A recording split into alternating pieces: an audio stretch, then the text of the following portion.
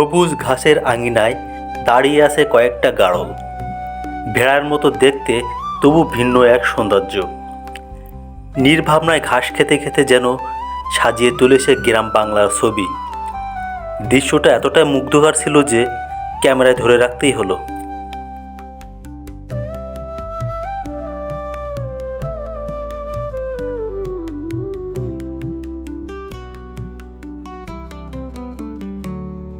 ঘেরের ভিতরে ছোট রাস্তা ধরে এগিয়ে যেতেই চোখে পড়ে এক অদ্ভুত সুন্দর বাসা।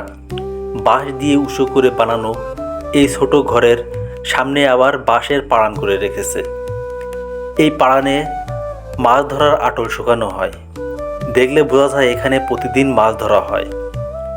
এই ঘর শুধু বসার জন্য নয়, বরং মানুষ এখানে থাকে ঘের পাহারা দেওয়ার জন্য। ঘেরের পাশেই রয়েছে গ্রামের ছোট্ট একটি খাল।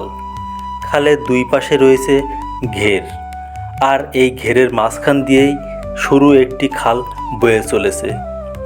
আর এই খালের ভিতরে ছিল একটি নৌকা। কৌতূহল সামলাতে না পেরে নৌকায় উঠে বসলাম। সত্যি বলতে কি, এমন ছোট নৌকায় ওঠা আনন্দ না উঠলে বোঝা যায় না। গ্রামের মানুষের কাছে এই নৌকা শুধু আনন্দের নয়, বরং প্রয়োজনের সবথেকে বড় ভরসা। দূরে যাতায়াত করা, মাছ ধরা, মাছের খাবার দেওয়া, সব কিছুর জন্যই এই নৌকাই ব্যবহার হয়। পানির উপরে ভেসে থাকা এই নৌকাটি ঘেরের জীবনের সঙ্গে মিশে আছে।